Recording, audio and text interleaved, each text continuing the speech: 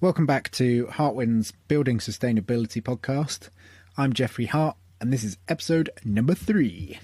This episode is with Emma Appleton. Emma is a builder that I have known for a few years now.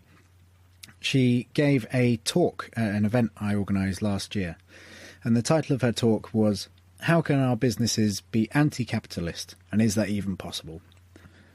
The central focus was a list of 100 ways to make this happen.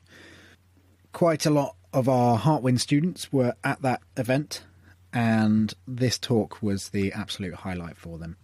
In this episode, we talk a little bit about building site culture, what she's experienced as a woman working in a predominantly male industry, and we discuss some of her wonderful list items in a bit more depth.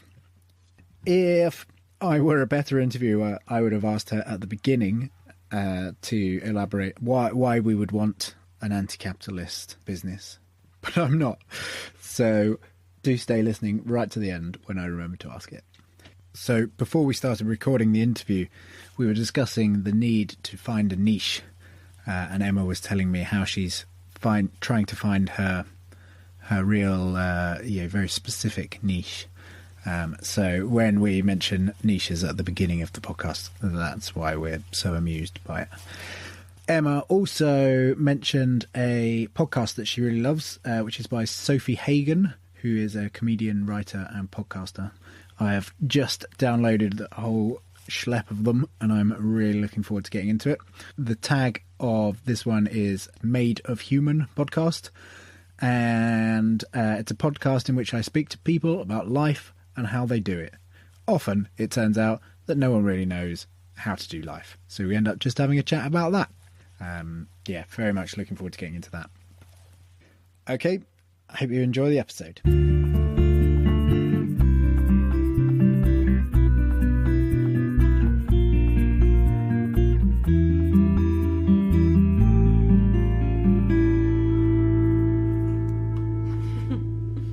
So to broadly describe you, natural builder, would that be the term you use? I don't. It would describe me. I don't use the term natural builder. Right. I use the word builder, which I suppose it isn't very niche. But the reason why, partly is the reason why is because it feels more of a statement being a woman and being a builder rather than taking that any further. But I do all of the work I do is now I'm working on my own terms is with natural or eco materials.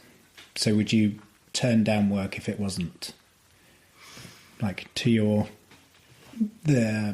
exactly to your sort of moral approach, or? Yeah, it's a really good question. So no is probably the answer, because for example, there's a renovation that I'm doing that's coming up in a couple of months, and it will probably end up being all natural insulation. It's all being re-roofed, and it will end up being lime plastered probably, but I am still having that conversation with the client. Yeah. And so it's balancing her budget and space requirements and the choice of natural materials. And I'm not going in there saying these are only the materials that I'll use. Yeah. Yeah, that the balance of budget usually is one of the major points, isn't it? But what's the dream of natural, local, sustainable as well, and then what can you actually afford? And we work backwards from the ideal. Yes, and I think partly that is somewhere where I'd like to get to is choosing only projects where I'm sure that there's that shared commitment between me and the client. Yeah. And I'm really aware of compromises that I'm making as, I'm in a new town setting this up, and kind of navigating all of that. Mm-hmm. And so, yeah, I'm aware of that. And it does seem, though, at the end of the conversations that I've been having so far, that people are opting towards natural materials anyway. But that's definitely down to, it's not down to luck, but it's down to the conversation rather than me stating this is the only thing I'll do. Right. Maybe you're just a very good salesperson. Yeah, just a good negotiator. Yeah. So, yeah, I mean, I take those jobs, the carpentry jobs or the, plastering with the wrong materials. Yeah. Wrong is a strong word, but the ones that I don't believe in so much. Yeah. Yeah. And sometimes you just need to pay the rent or to eat or... Yeah. So... Absolutely.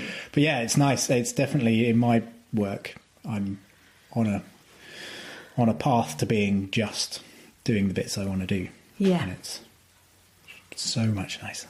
Yes. Yeah, absolutely. Yeah. So I thought we would start. I got you a gift. Oh. This is for you. Wow. A podcast unwrapping. Yeah. How exciting. So that is from the International Futures Forum. Have you heard of them? No. So they are, I've had to write down what they're about. They are developing a body of ideas and philosophies about how to make sense of today's complex world. Wow. And they're specifically looking at how you deal with sort of conflicts and education and so Wow. that is what they call a kit bag.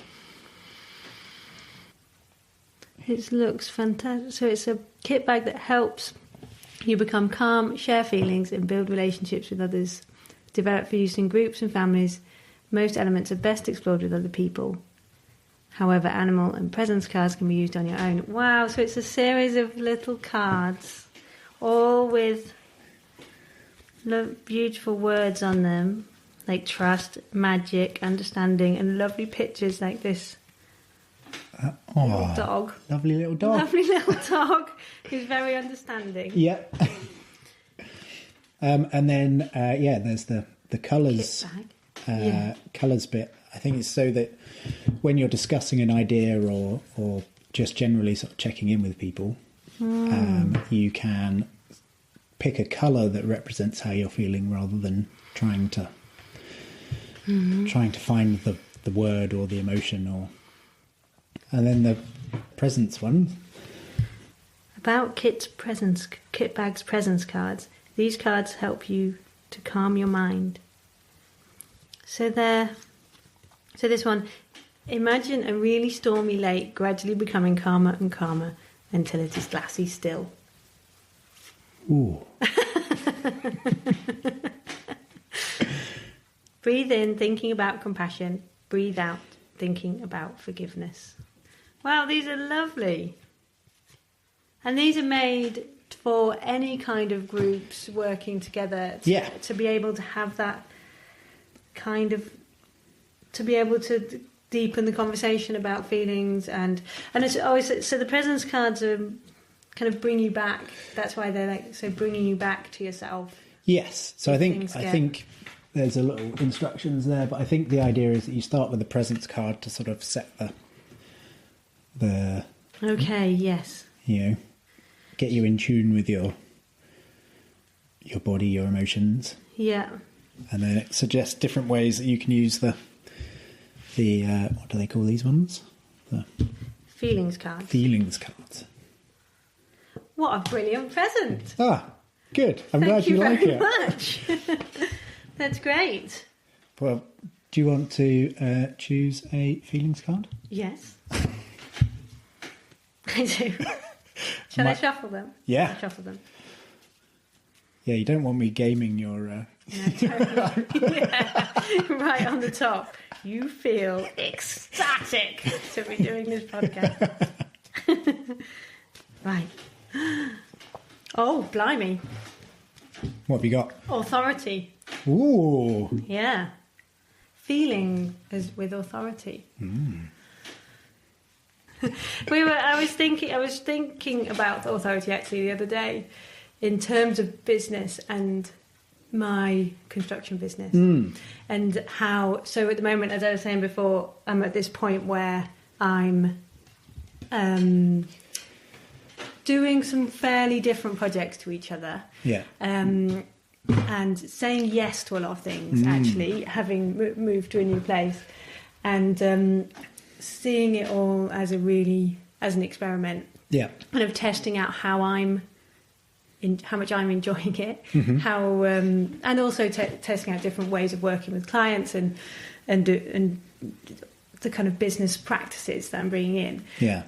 And the reason why I was thinking about authority was the thing of it being it feels like a reflection point, Right. for me at the moment in my business, and it got me thinking about, well, that joy of just having done this for a certain number of years, and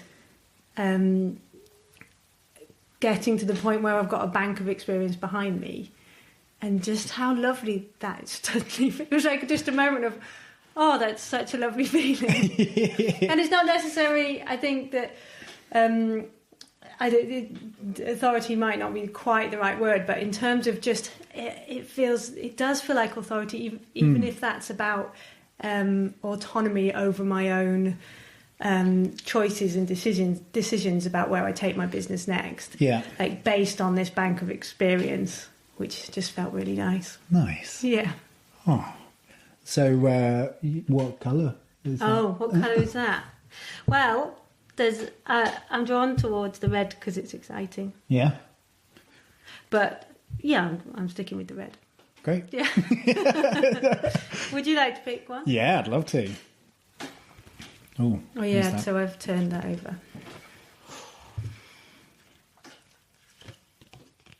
Love. Oh, wonderful. And a lovely picture of a dove. I was going to say seagull, but it is a dove, isn't it? You're looking at it upside down. I think that's a dove. Maybe. I'm sure it's a dove. It is a dove. Yeah. I think. Know Is it? Yeah. a colour? Ooh, it's hard because I just want to pick my favourite colour. Yeah, I think that's what I did. What's my emotion? How am I feeling? I think it's this sort of, what is that, sort of teal? Teal, yeah. Really nice. Yeah, there's a calm feeling that... Yeah. Yeah. Maybe it's calm before the storm, actually, but... Yes. Well, hopefully you can use this in your quests to make building sites better. Thank you. Yeah. Yeah, mini kit bag. It's fantastic. Thank you very much. Oh, you're most welcome. Yeah. So I was going to start with, before I discovered those, I was going to start with interesting similarities in our life. Okay.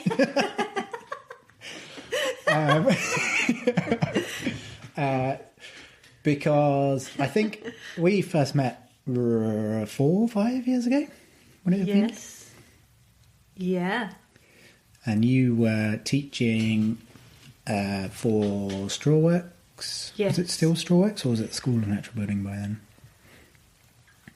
I'm not sure. One of the two. Yeah.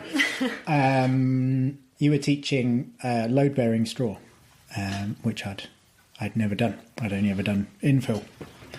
This was on the Leicester. It was, yeah, that filled. funny one that was in a old Victorian dump with like broken bottles and stuff all around. Yes. And then under a barn roof. Yeah. Yeah, really interesting little build. Yes. Yeah. But yeah, so there's this. Both of us are doing this building with natural materials. Yes. But then there was also, I think at that point you were just moving off of your boat, and I think I was just moving on to my boat. Yes. And I kept seeing your boat around London as well, your old one. Oh, really? Yeah. And I go, oh, Emma's boat. Oh, great. So yeah, that was a nice little parallel. And then more recently, Prince's Foundation. It was Yes. something we've both taken part in. Yeah, which you did first and then I followed you. Yeah. Yeah. So it's like, sort of swapping. What am I trying to say? I don't know. I did try and get the same van as you, Did you? but they were so hard to get hold of that I didn't The manage. Suzuki Carry? Yeah. But when I saw you have that 4 or 5 years ago in Leicester, I was like, I really want one of those. And then but I didn't manage to pull that off. Yeah. Otherwise that could have been another little thing that we could have added to our parallel lives. I wonder how many more things we could bury into and Yeah. It's incredible, isn't it, how that does happen with people who are interested in similar things and then start ending up in the same places or going on the same travel journeys. Yeah. And yeah. So I was watching your TED Talk last night. Uh-huh. Very well done. Thank you. Must have been quite nerve-wracking. It was very nerve-wracking, yeah. You did exceptionally well. Thank you. How did that all come about? I asked them if I could do it. Yeah. And actually, embarrassingly, the way he introduced me, so it was at Aberystwyth University. It was a TEDx talk, which happened, lots of small ones all over. So I always thought it would be a really hard thing to get to do a TEDx talk, but I saw that they were having an event and emailed him and said, please may I do a talk? And he rang me immediately and said, yes, we've got one space left. And then, so the kind of slightly embarrassing way that he introduced me when I was doing it was that he said, so this is Emma, and she's the only person that contacted me wanting to do this talk. Everyone else I reached out to because I knew that they were really fantastic. I was like, oh, thanks, Clive. But anyway, I did, as you know, the talk at the Big Straw Bale Gathering, which you invited me to do, which was kind of the beginning of getting my thoughts in order about building site culture. Yeah. And the way our businesses are part of that.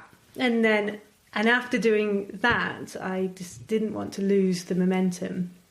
And because I'm the kind of person that does lose momentum unless I've got a deadline ahead, that's why I contacted the Aberystwyth University to do that.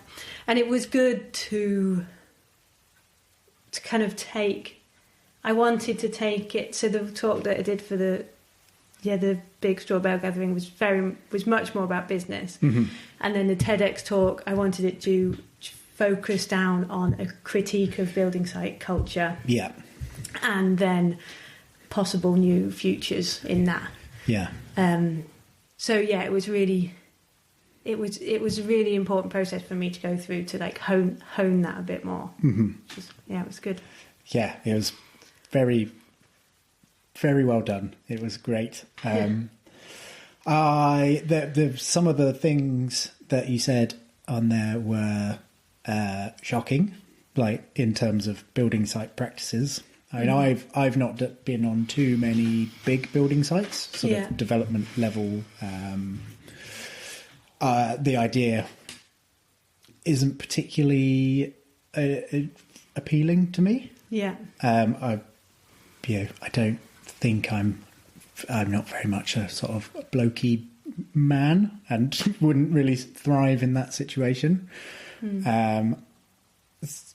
How do you find those big sites and like the culture within it? Yeah. So I have a mixed thing. I have an enormous critique of them, and the way that they celebrate a very macho culture. And at the same time, I have that in myself. And when I first started, and I talked a bit about this in the TED Talk, so in an attempt to fit in, I also had an awful lot of fun. Yeah. Because of just really joining in banter, and I found it quite easy to do that.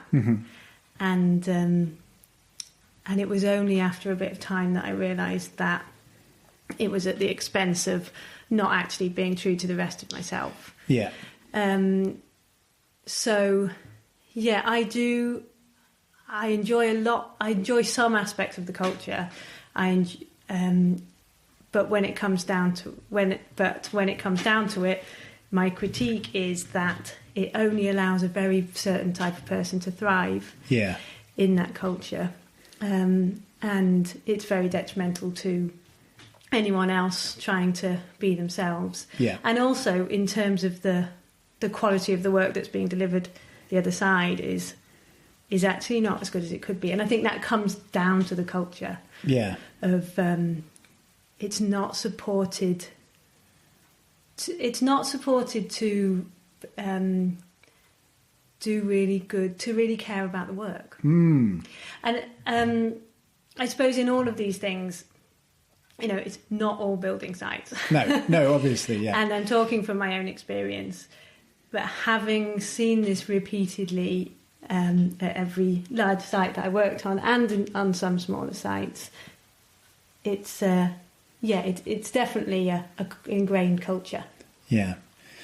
There's a story you told on the TED Talk about the insulation fitters. Yes. Would you mind kind of talking about that?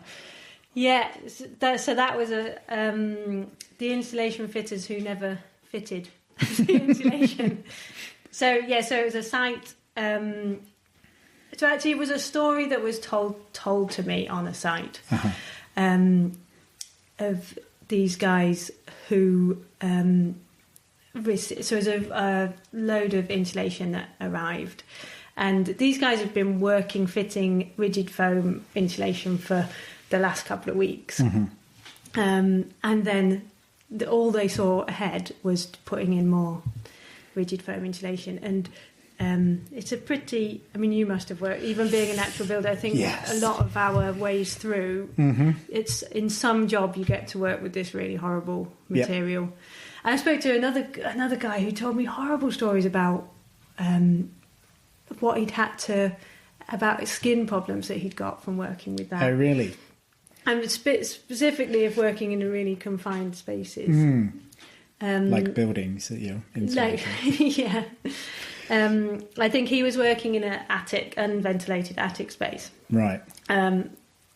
Which was really unpleasant, and not necessarily wearing like PPE or anything. Yes. But anyway, so these guys had been doing this for the last 2 weeks, and then a load more insulation came on site, and what they decided to do was fit insulation into one section of the house, and then leave out insulation, not put any insulation at all into the rest of the walls, and the insulation basically went straight into the skip. Right. And then it was plasterboarded over, and the section of wall that they insulated was the section that the building inspectors were going to check. Right. Which I mean, I can understand the decision that they made, because that's what they were doing day in, day out, and it's a really unpleasant material to work with. And they're not, the culture isn't it's not about, it's really hard to be connected to a fantastic end product of a building when all of the when that's all the only input they were having to that building was putting in this insulation. It's like the sort of McDonald's employee just puts a blob of ketchup in and then passes it on. They don't have any, they haven't built the burger, they've they're one tiny cog. Yes, exactly. Yeah, so that's a really stark example of of what's happening in the building industry when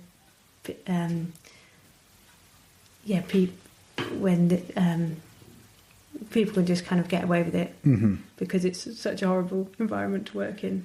Yeah, I think you sort of said on the talk that they'd kind of teamed up with the plasterboarding.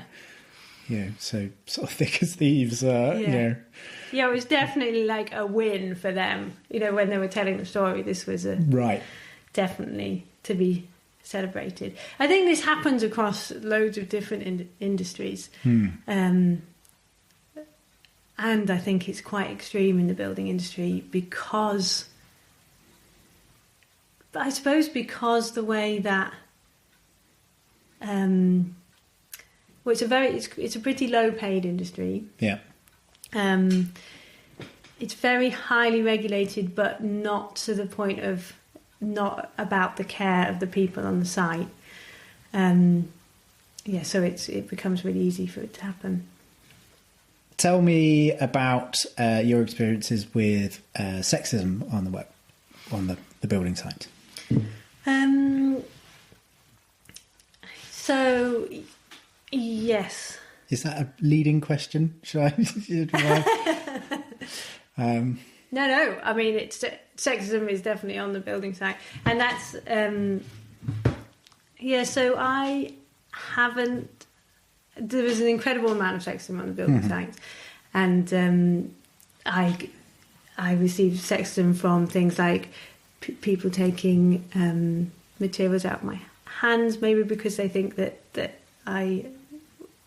might be stronger than me,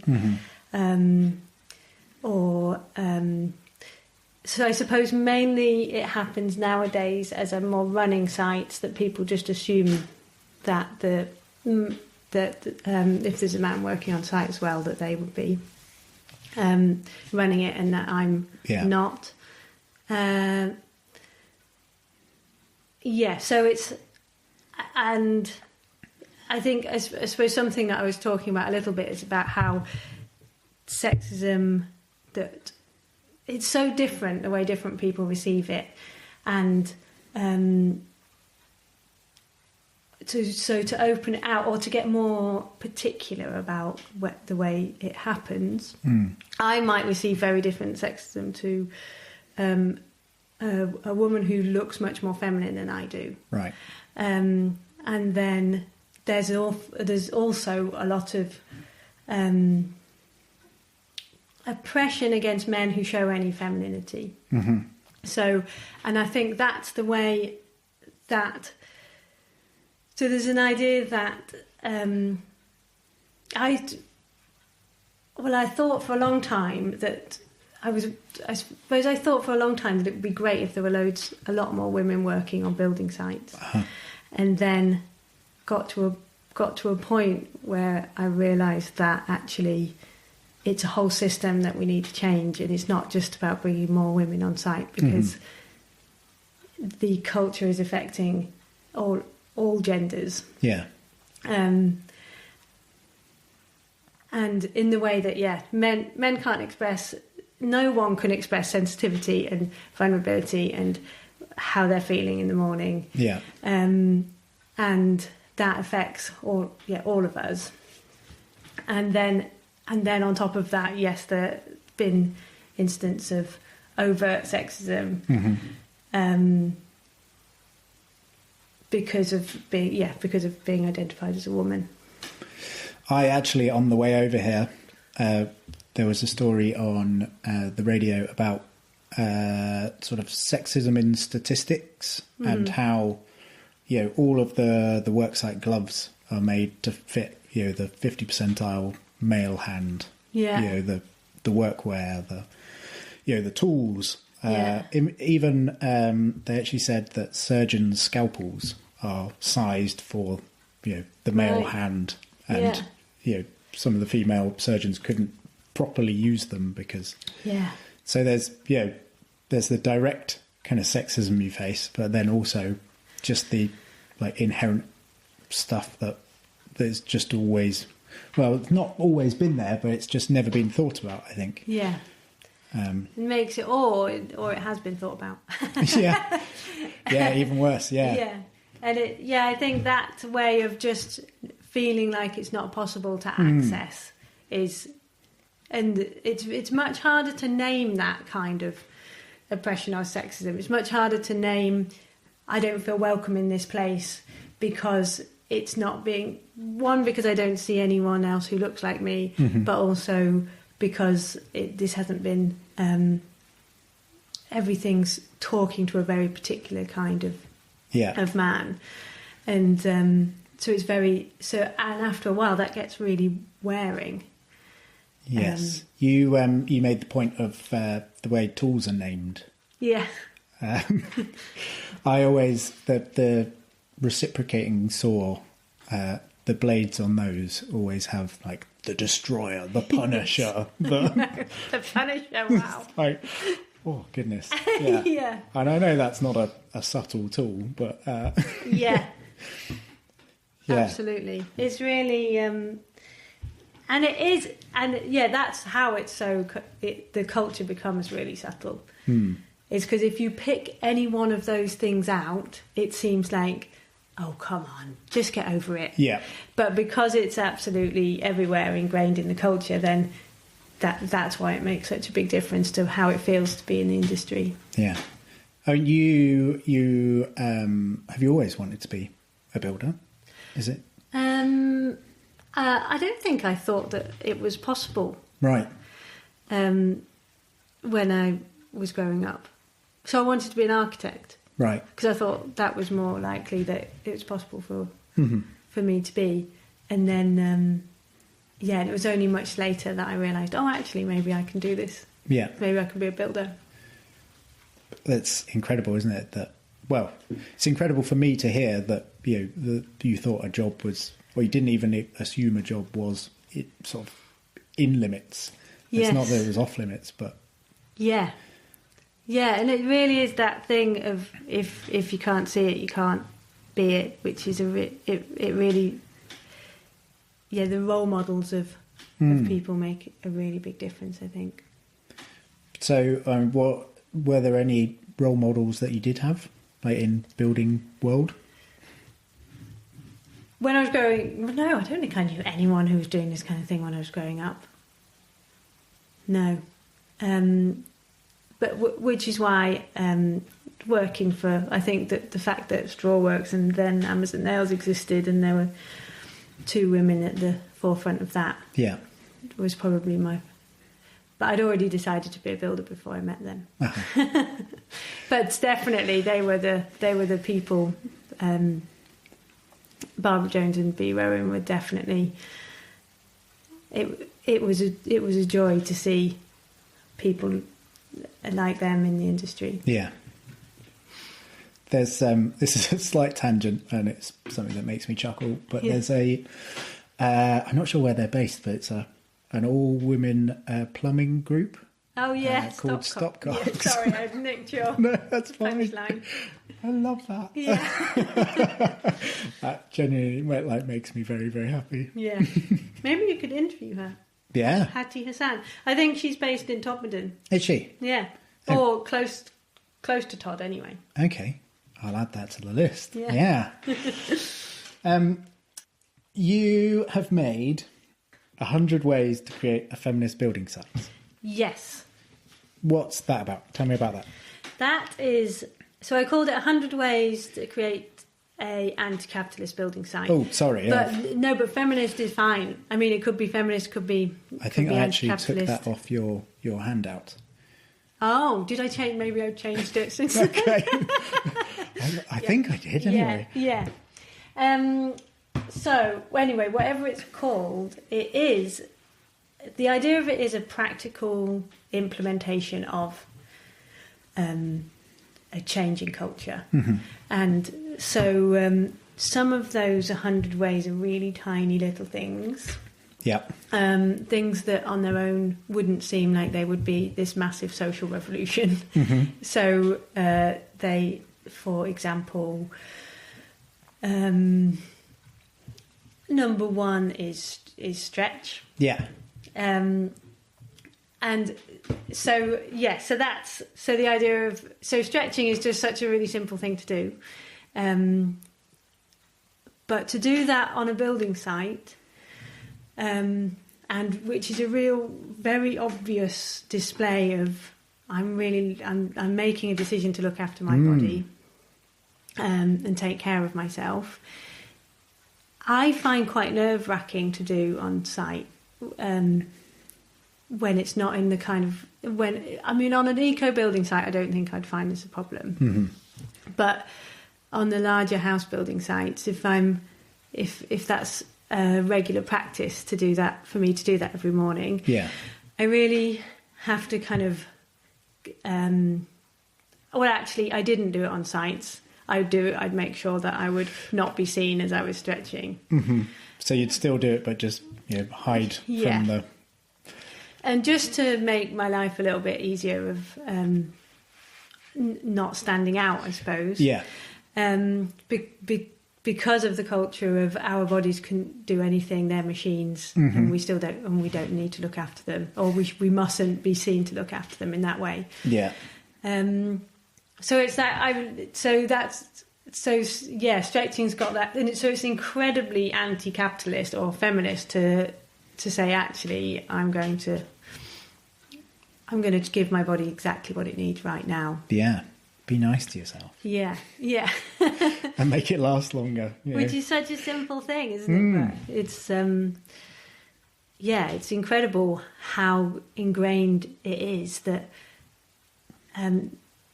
just doing what the job needs or getting on with it, working quicker and faster is what we're supposed to be doing, rather than stepping back and thinking, what do I need right now? So so it's got things like that. It's got ask before turning the radio on. So major. It's a tiny thing, but it's one thing that also I really found makes a massive difference in thinking about the impact of what we're doing on sites and how that is on other people, including the customer and other team members. Yeah, well, the radio is it's the point of quite a lot of contention. It can really set the mood on a site. It's got so much power. Yeah. And so to turn it off or on is, it's kind of a big show of a thing, isn't it? Yeah. Or it can be. Yeah. It's not overgeneralised, but Definitely. Yeah. Just ask the question. Do you mind if we have some music on, or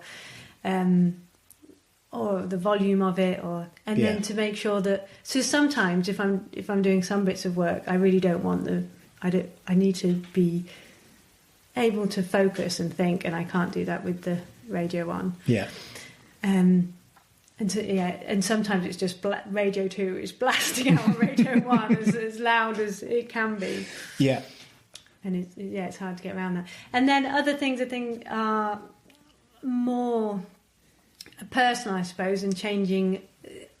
So one of them is, I'm paraphrasing my own work, but it will be something like ask each other how you're feeling in the morning. Yeah. And remember that everyone's bringing their own all parts of themselves to work. So if someone gets to work and they might have had an argument with someone in the morning, or they didn't really sleep very well, or their mum's ill, or they've just had a baby, there's an incredible number of things that happen to us that we can't compartmentalise when we get into work. And just having that moment of time to be able to have that conversation can make a really big difference to the rest of the day. Yeah. It's both, the kind of getting it out there from the person's point of view, but also, the how you deal with them. Yeah. You can give them a bit more slack if they're, if they've not had any sleep, then, they're not going to be working, maybe at their sort of finest. Yeah.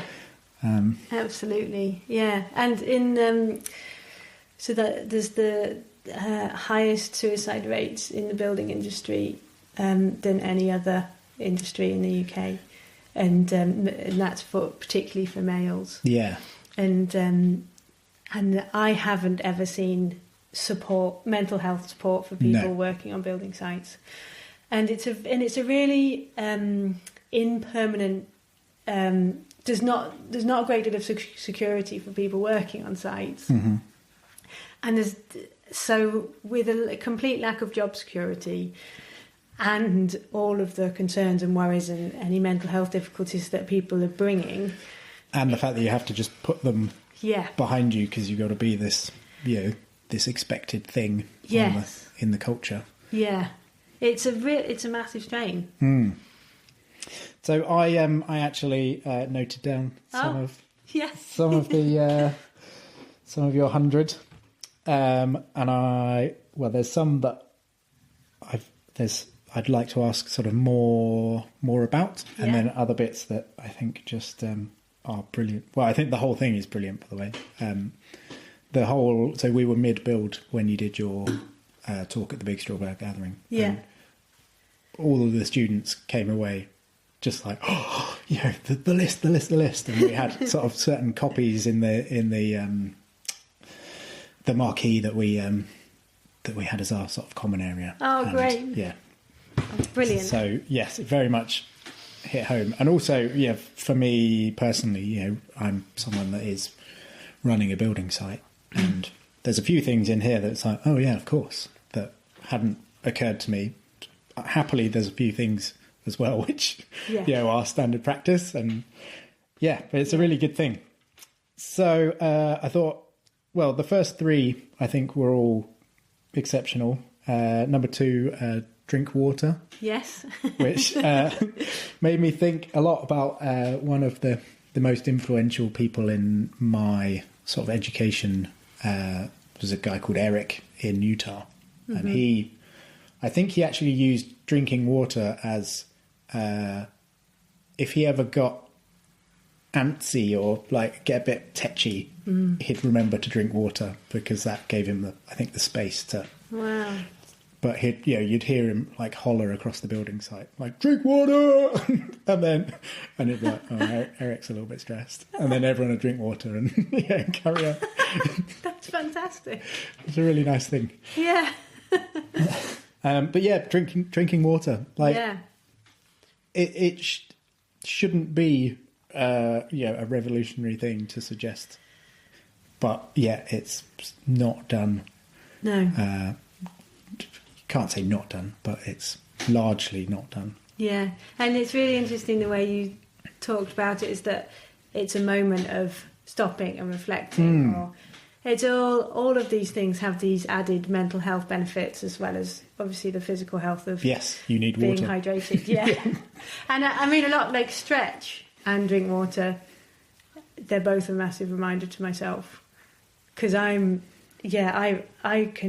definitely someone who wants to push my body as far as it can go without thinking about it, and will not drink water because I'm too thinking, well, I could just get this done. Yeah. And I've gone up the scaffold now, I'm not going to go down. And even though so I very easily become disconnected from my body. Yeah. So they're definitely a reminder to myself. Well, I'll come back to number 3, but number 19, if it hurts, stop. Yes. Brilliant. Again, why do we have to say that? But it's the sort of the mentality of just sort of shrug it off, or ignore it, or it's within certainly myself. Yeah, I've had a lot of conversations with guys on site talking about the amount of pain that they're in, and carrying on regardless, and just because of partly not, I suppose very much to do with the culture, because there's no one there. In the same way that I didn't have a role model to go into the industry, I hardly see any role models of people demonstrating looking after their bodies. So it's if it hurts, stop. Yeah. So number 3 was create comfortable time frames with plenty of wiggle room. Yeah. I mean, again, I'm just going to have to stop myself saying brilliant after everyone. But there's the permaculture principle, which is use small and slow solutions. Okay. And you've sort of directly linked it. I don't know if that was intentional in any way. No, I didn't know that. But yeah, it's something I've been thinking about a lot. Was giving more time. Wow, all of the benefits of that. It's, the sort of one downside I felt of our last build was that we were always chasing chasing the time, and it took away some of the sort of simple pleasures of it.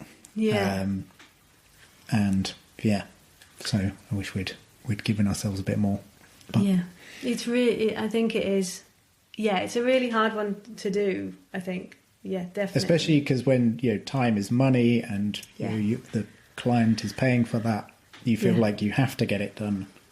As quick as you can. Well, I was talking about that with the as a woman I'm working with doing this lime plastering job, and she was saying that she finds that for her back, if she lies down over, so her back arches and she's lying down kind of over something in the middle of the day, it makes such an incredible difference to how she's working, how she's feeling.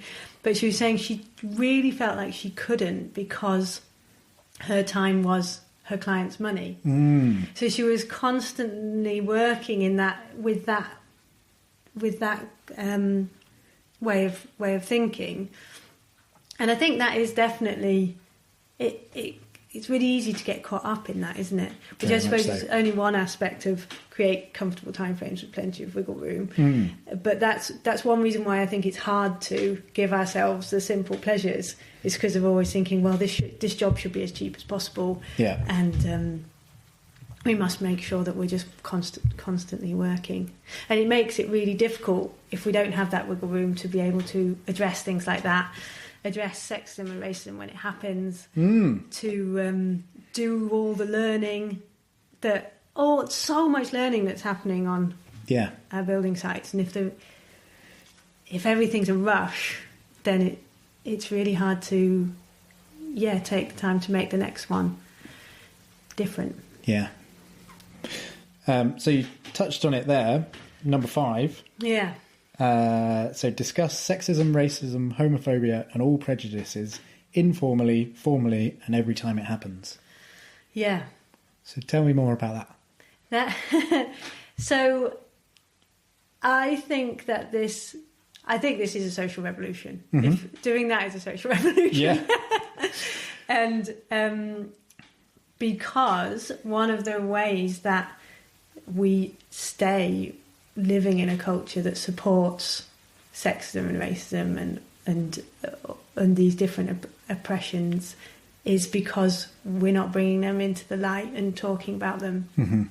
And it takes a lot of practice and courage to do that, and courage to stop and say, hold on, what you said there is that's a direct oppression towards someone else, and to have that conversation with someone.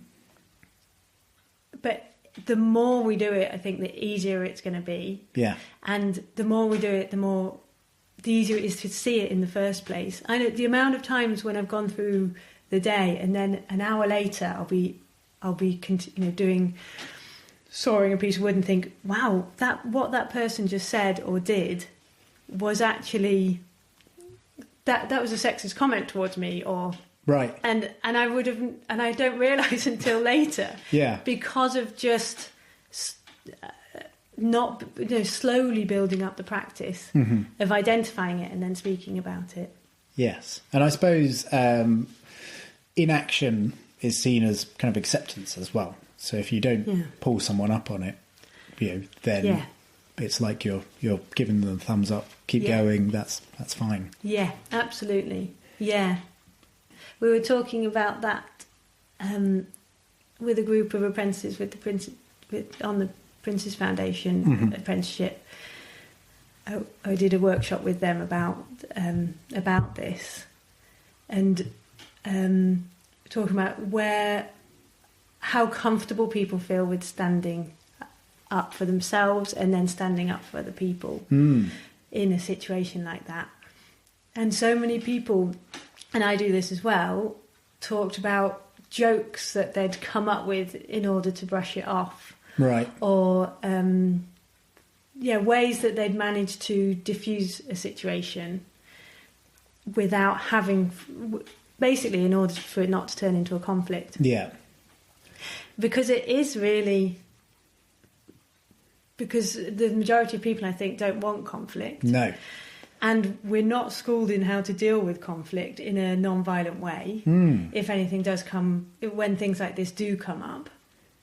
So the easiest way to deal with anything is just to bundle it up, make a joke out of it, and then move on as quickly as possible. Yeah. And so that's... But to actually really talk about the crux of it is... Yeah. Well, I'm actually one session into nonviolent communication evening courses. Okay.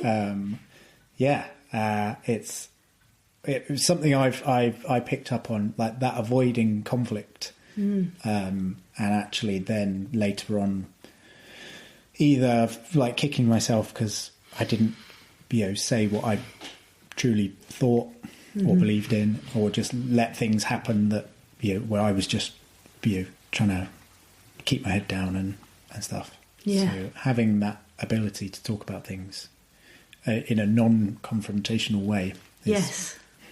Yeah. Oh, great. Yeah. That's really good. Trying to be better. Yeah. we all are. Oh, so I really enjoyed understand that there's always more than one right way. Yes. Yeah. That's a real building site thing, isn't it? Mm-hmm. Everyone's got their own way, and that's the right way. Yeah. Yeah. Yeah.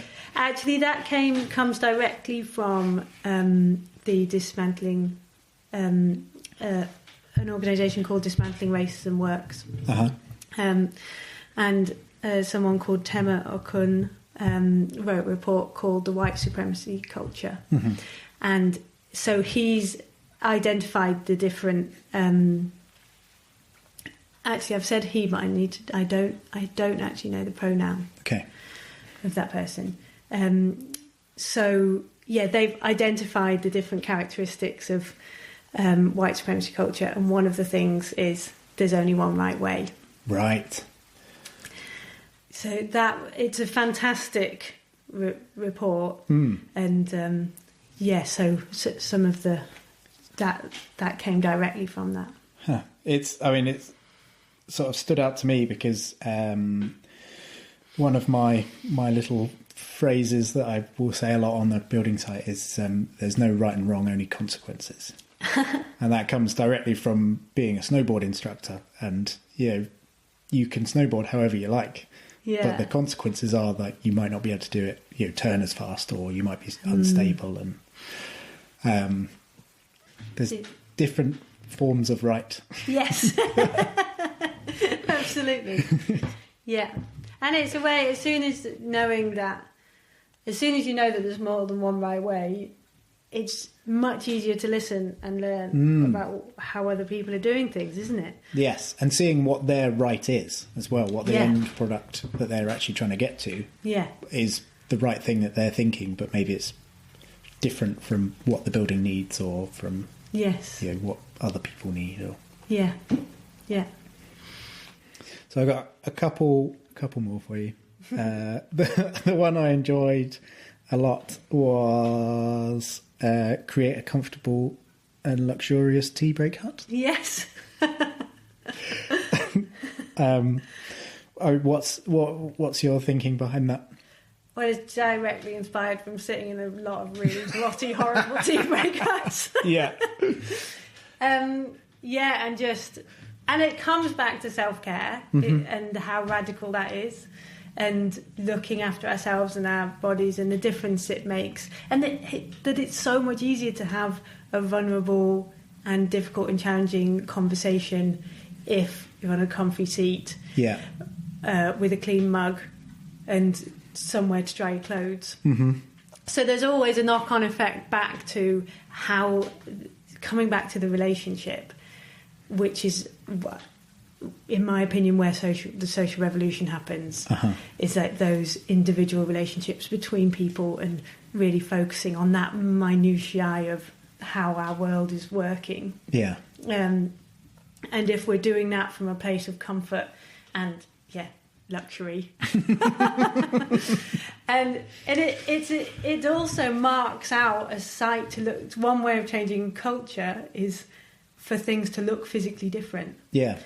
And if to walk onto a site where we're really celebrating those more domestic aspects of site life, because every time we're setting up a new building site, it's like this little mini temporary, potentially utopian society where you can create a new, we've got that opportunity to create a new culture. And if that looks different to what our expectations of a building site are, then it's easier, I think, for our minds to think, oh, okay, so here is somewhere where I'm going to act differently. Yeah. Because I can see that someone's wanting to take care of me, and so it's much easier to respond in a more open way. Yeah. Well, that leads perfectly on to. I'm not going to keep going on these. I mean, is this list available somewhere for people to? It ought to be on it. It's totally an admin fail that I haven't put on the website. Fair enough. But maybe by the time, I don't know when this will be, you'll send these podcasts out. I'm not sure when it'll go out. But. So hopefully by that time. Great. I'll give you a heads up. Yeah, thank you. So, available on emmaappleton.co.uk. Yes. So the final one, 100, was be prepared for a building site to be a transformative place for everyone involved. Yeah. Brilliant. And listening to the students or apprentices, do you call the people? Oh, students. Students on your building site, it's quite clear that it's a transformative place.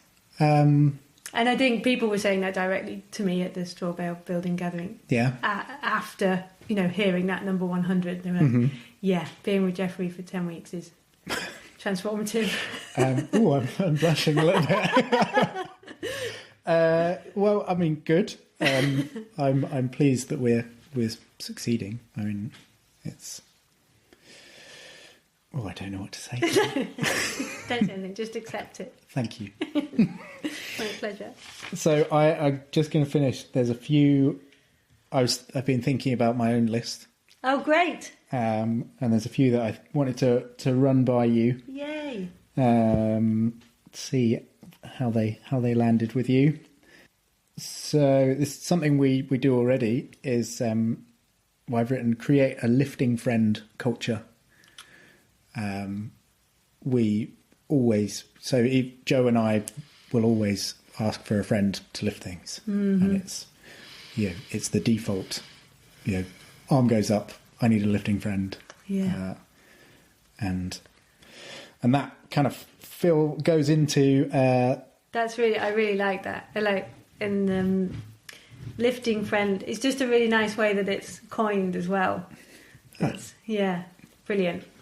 And then especially if it's just so on your site, does it get to a point where you don't even have to, people are expecting. Yes. So people are looking out for that kind of thing. Sort of queuing up ready to take the other handle of the truck. Yeah, brilliant. Yeah. And so directly sort of with that is half fill buckets. Mm-hmm. Oh my goodness, I'm so terrible at that. And I've definitely been thinking that this week that I must do that. That's a fantastic one. It's absolutely fantastic, and it's definitely a habit. And if it becomes a habit and then the buckets last longer. Yeah. Not only do we last longer, but the bucket, that is brilliant. And the amount of things you bump into and break when you're carrying something too heavy. And Great. This one is probably directly related to what I'm doing at the moment, but reduce sugar snacks at break time. Oh. I feel that maybe that's a little bit sort of authoritative, but I've given up sugar for the last month and a half now. Great. And why this came about was getting the job finished last year. Like the biscuits came out every break time, and then I'd sort of eat one, and then because I was a bit hungry and tired, I'd eat 2 and 3, and then I'd have a spike, and then I'd be frustrated, and a crash, and not really be able to function properly. And it's actually, just fuel. I think I can word that better, but it's something about the right fuel going in. I think.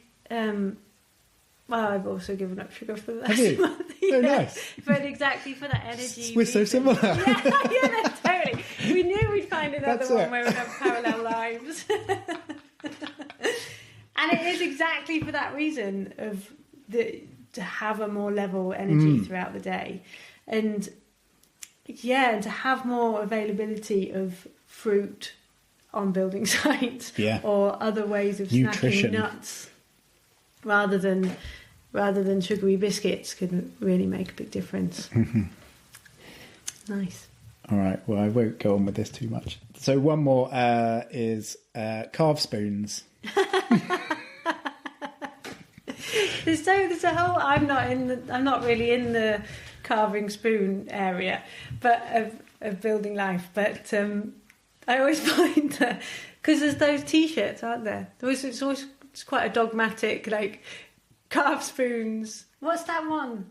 Do you even carve, bro? Oh yeah, Owen Thomas's. Right, yeah. So people are very. It must change your life. Well, I mean, I wouldn't be who I am today if it wasn't for carving, a few hundred spoons. You must carve more spoons. Well, I think it's sort of. There's a moment when I've been teaching quite a lot of spoon carving recently, and there's a moment when everyone knows what they're doing, and it just goes silent, and it becomes like a little meditation of, getting something done, but also just enjoying the process and being like in that moment. Yeah. But also it sort of ties into something Dave Cockcroft was telling me, and that's the sort of that it's in the sort of olden days Swedish woodcarver, sort of old chaps might sit there and carve something as a way to actually be able to connect with someone, because they're not looking directly in their eyes, and they can say, I'm feeling a bit sad, while looking at their spoon and not having to have such an intense sort of conversation of it. I love that. I really love that. I wonder, that would be great if your next podcast was like people were carving spoons. Yeah. You were carving spoons with people. So like now we're sitting here in this, I mean, it's not that formal. We are just at my kitchen table. Yeah, we're drinking tea. But definitely to have some, if I was like doing something with my hands at the same time. Yeah, nice. I like that. There you go. I'm not going to bore you with all the rest. Oh, but will you tell me afterwards then? Yeah, well, when I get to, what have I got there? That's maybe 10. So I'm a 10th of the way through my 100. Yay! But, Oh, I hope everyone does their 100. And then, then maybe that's a challenge for everyone who, not just works on a building site, but in however you do your day-to-day, just make a list. Yeah. So that an interesting thing, that anti-capitalist. How I'm not sure I fully follow how it's anti-capitalist. The 100 Ways? Yeah. Well, that's quite an in-depth question. Is that maybe next time's podcast? Maybe I just give a couple of examples of the way. So a critique of capitalism it works with stretch and drink water. Mm-hmm. So, and one of the main aims of capitalism and the way to become a successful capitalist is purely to create profit, Mm-hmm. solely to create profit, Right. and that aim goes above anything, absolutely anything else. Yeah. So what it means is, in that striving for profit, that other things, it's absolutely necessary to have some oppressions and for other things to lose out for the sake of profit. Mm-hmm. And one of those things is our bodies.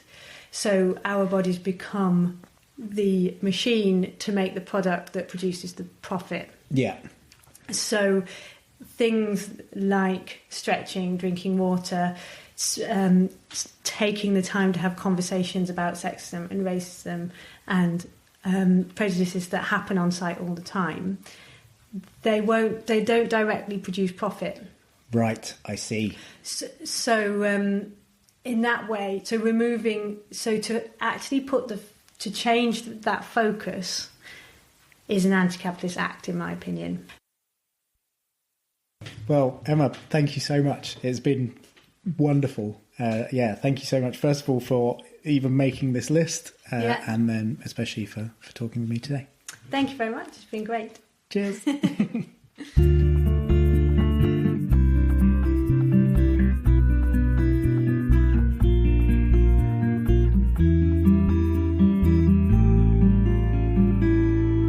Thank you so much to Emma for sparing the time to talk to us. She was putting off doing some lime plastering that day, so I am very appreciative that she took the time out. You can hopefully find her list of 100 ways you can make your building site anti-capitalist on emmaappleton.co.uk. There's also an email list where you can sign up to be part of the discussion. Also, I want to say a big thank you to Dave Cockcroft. Dave is a spoon carver and chairmaker who's actually the subject of one of the Heartwind Building Sustainability podcasts. He was the person that put me onto hearing that moment of silence when people are learning to spoon carve, when they're concentrating. So big thank you to Dave, and really look forward to putting that podcast out sometime soon. And once again, before I go, just a reminder that you've got until the 19th of April to submit your student applications for our upcoming 2019 build. We are building 2 straw bale workshops from start to finish. And if you'd like to be part of that, to come and learn the process and learn by doing, then please do get your application in. Read all about the programme on our website, heartwind.co.uk, and then you'll find the application form there. So once again, that's the 19th of April to get those applications in. Thank you very much for listening right to the end. If you do enjoy this podcast, please do subscribe. Until next time, see you, bye.